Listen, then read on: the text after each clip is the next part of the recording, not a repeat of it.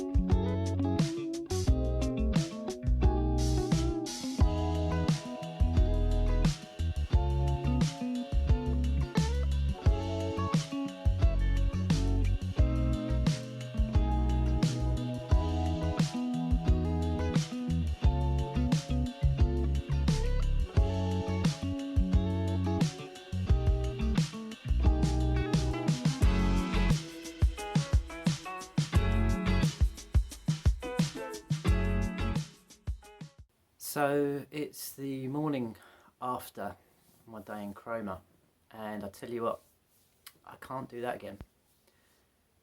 It wasn't the walk around Cromer.